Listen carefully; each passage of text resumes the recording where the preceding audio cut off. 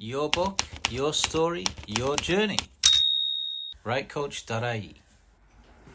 So, thanks everyone for coming, and it's beautiful to have you here.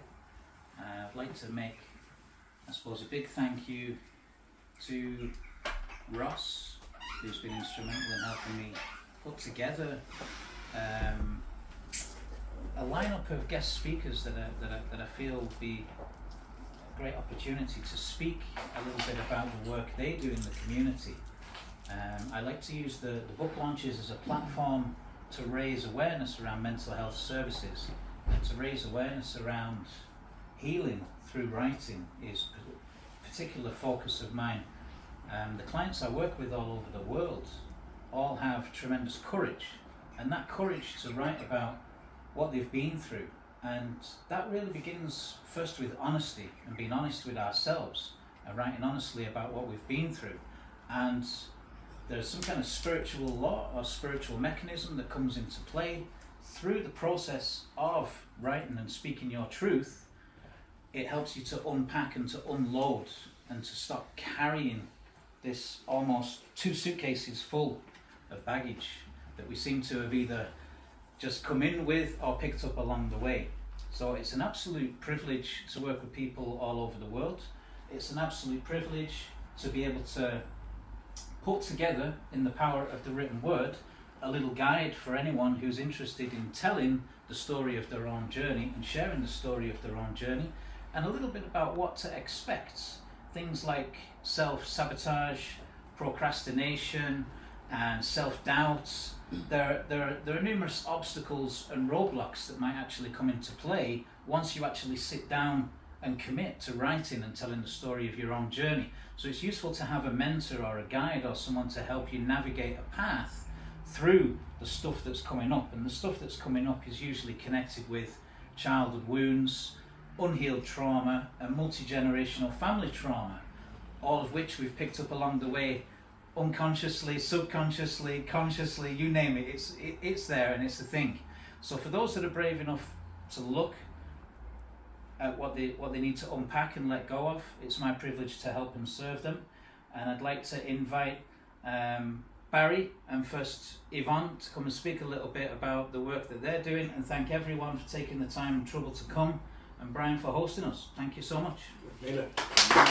So before we wrap up, I just wanted to take the opportunity to tell a little story.